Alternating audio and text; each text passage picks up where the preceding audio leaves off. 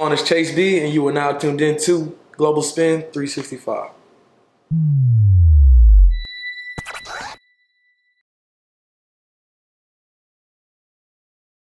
Howard has like everything to do with my career because I wasn't even a DJ at all before I got there.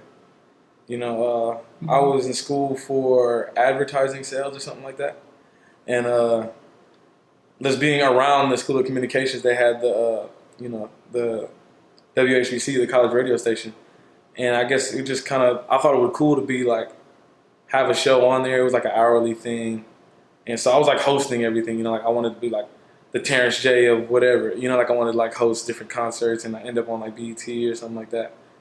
And with that, I got into clubs just next to the DJ. Like I'd be like shouting out people's birthdays, all that type of shit, like MC in the club, and that was cool. But then I would always be like right next to the DJ, and I kind of just picked up like a rhythm for it, and I would like pay attention to like their hands on the fader or whatever, and I'd be like, yeah, I can do both at the same time. Like I was really watching like a lot of like Kid Capri videos, and like really mic heavy dudes. Listening to Mr. Cee a lot. Just I love how he kind of like seamlessly gets in and out of like talk breaks and stuff like that. So yeah, that's all Howard really right there, and just being in a school where no one's really from DC. Like obviously there's some people that are local to the school that go there, but it's like 90% out of towners. So when you start DJing at a party at Howard, you got to know like the newest West Coast music as well as like the old West Coast music, like whatever is like legendary to them. And, like Atlanta music and Texas music and DC local music and like even like Philly club music and Baltimore club music. It's like a melting pot of just all these different black cultures and hip hop cultures in one. And so it just really got me like a fast start on how to really be like a national presence as far as DJing goes. It was really like not local at all.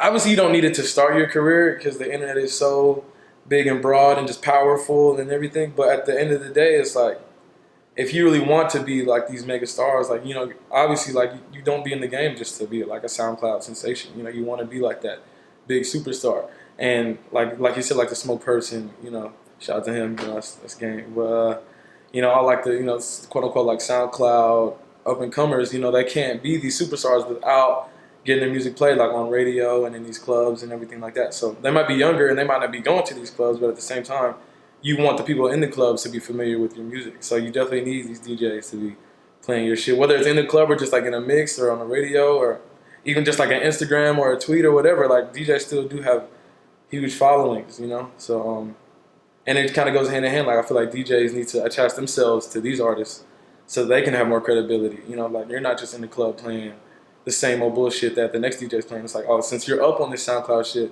there's a different level of respect that you can get from that. So obviously, I'll do the Vegases and all those residencies and shit like that. But at the same time, like I'll do parties downtown in New York for free sometimes, or just like for a couple $100 just because I want to keep my mindset in that same realm as when I was coming up. Like when I was pretty much only playing like a new, like the younger artists and shit. That was a time for me and that's what helped me get to where I'm at right now because I just always had that like raw mentality. It's all about repetition. It's like with anything. It's like a basketball player shooting free throws or whatever. It's like DJs always have the need to get better. DJs always need to get better, whether it's just knowledge or technically. Like as much as you DJ, it's like practicing while you're in the act of doing it. So while you're at the club, you're getting better because you're reading different rooms. Obviously, there's like a lot of DJs that are gonna undercut people and stuff like that. So if you don't want to take that gig for like a couple $100, like somebody will.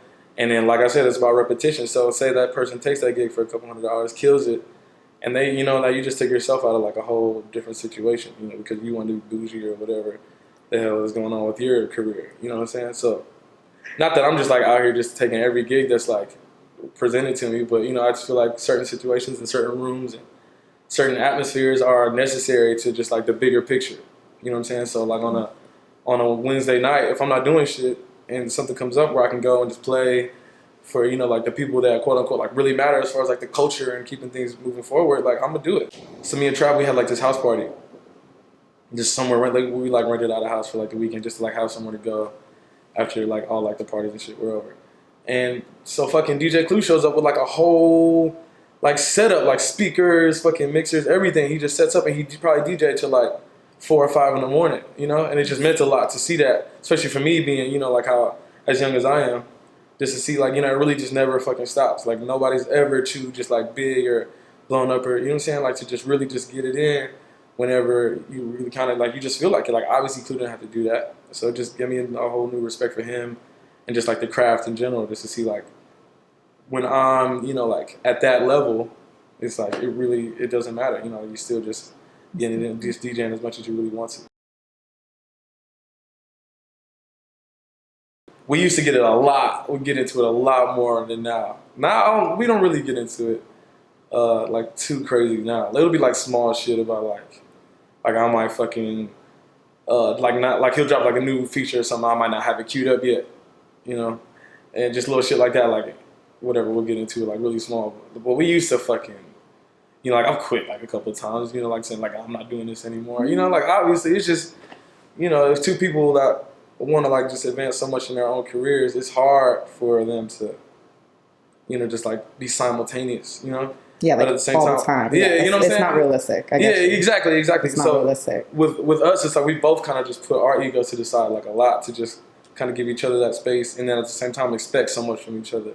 We're like so fucked up that people think he's like some like, you know, just like, because I know like on stage he's so, you know, just like rambunctious and like, you know, all this, it's like a crazy energy and shit. Like that seems like a lot of anger's behind it, but just seeing me, I feel like people would know that like obviously I'm so calm, you know, like we're kind of like a yin and yang kind of thing, and like, you know, I wouldn't just be able to put up with some like whole crazy ass shit all the time. Like when he's not, you know, like, you know, that's like a performance when, you know, on stage. Like other than that, like Travis one of the most chill dudes I know, honestly. Like when we're not on stage, we're talking about basketball and video games half of the time. Like it's not like one of those things where he's just like, I'm an artist and I'm sensitive about my shit. Like he's one of the most down to earth people I know in general, you know. And that's why he's one of my best friends on and off the stage. They're like up on shit. They're like super up on shit, you know? Mm-hmm. Like I remember like even like Khalid and shit, like they were like super early on that. It's just all and they're like super accurate too. Like basically whatever's going on right now, like they, you know, they've been up on that like months before and shit. Like they're not, this isn't like some like super like some hype beast like, you know, fucking like YouTube like 20 million views shit like that. No, they're super early on like a lot of this music, you know? And I don't know if they get enough credit for that, but you know, I'll give them the credit.